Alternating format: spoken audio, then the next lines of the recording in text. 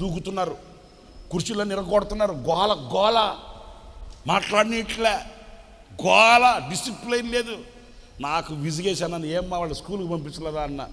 ఏం 4-5 రోజుల నుంచి పని మనిషి రావట్లేదన్నా, అందుకే స్కూల్ ఆపాను వీళ్ళని. పని మనిషి రాకపోతే స్కూల్ ఆపడం ఏంటమ్మా అంటే అంటుంది, పని మనిషి వస్తే వాళ్ళు సిద్ధపరిచి పంపించేది. దరిద్రం కాల, నీ పిల్లల్ని పని మనిషి సిద్ధపరిచి పంపించేది, నీకేమైందమ్మా అని అడిగాను. అడగలం లేదా? బాధ్యత లేని తల్లి. 11 గంటలకి పరక్కట్టు వాకిటి దగ్గర నామేమో నైట్ డ్రెస్లో ఉంది, పాశమోకం చిప్పిరి చుట్టేసుకొని